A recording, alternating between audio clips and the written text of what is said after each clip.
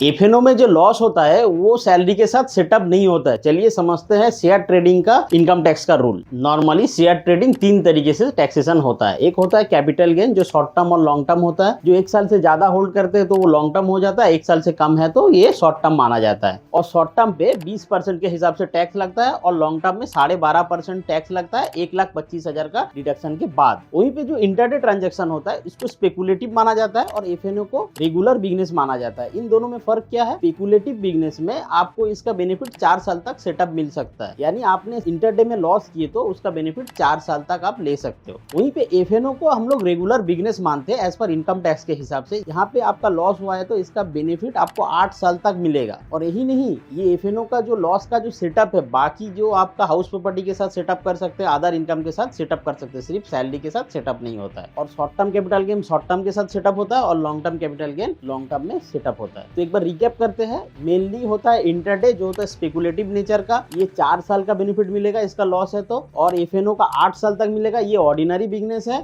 और इसके अलावा शॉर्ट टर्म कैपिटल गेन जो 1 साल के कम वाला शेयर होल्ड करते हैं और लॉन्ग टर्म कैपिटल गेन जो 1 साल से ज्यादा होल्ड करते हैं। ये था 4 कंसेप्ट। इसी तरीके का कंसेप्ट को समझने के लिए हम लोग के साथ जुड़े रहिए। Thank you.